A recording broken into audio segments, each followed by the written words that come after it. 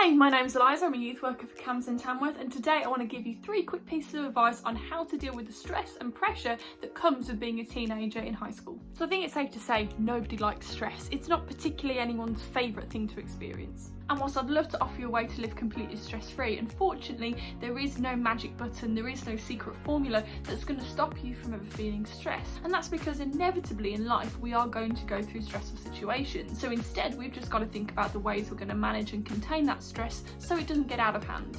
So tip number 1, know your limits.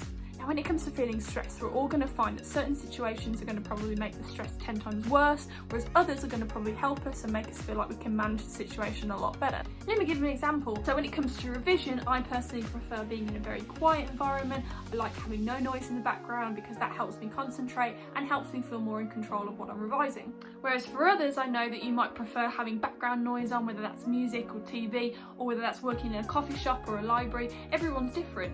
Then having that in mind, if I chose to go and revise in an environment that was noisy and loud and had lots of distractions, the chances are I'm going to probably leave that environment feeling more stressed than I did when I first entered it. What I'm saying here is just have an honest conversation with yourself around what situations, environments and maybe even people help you or hinder you when it comes to feeling stressed and being able to manage it. Tip number 2, know your tools. Just like we talked about then with know your limits, it's really important that you know what tools are going to be useful to help you when you're feeling stressed and overwhelmed.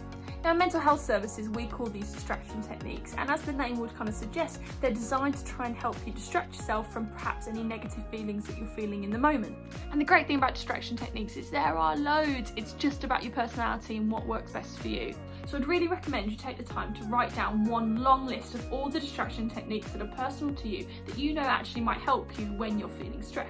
And the kind of stuff you want to include in that list is things like your favourite TV shows, your favourite films, favourite games to play, favourite apps that you like to use on your phone, whether that's even your favourite meals, your favourite drinks, favourite places to go on walks. It can literally be anything. It's all about what you need specifically. And finally, tip number 3, know your people.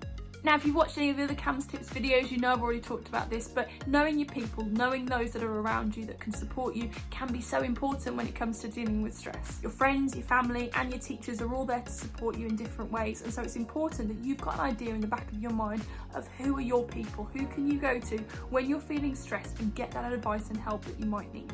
So don't forget, when it comes to dealing with stress, you need to know your limits, you need to know your tools, and you need to know your people. And hopefully by doing that, it's going to help you feel a lot more in control of your stress and help you get through those situations a little bit easier. As always, if you want to know anything more about how to manage your mental health, then we've got some useful links in the description box below. Thank you so much for watching today, and we'll see you soon.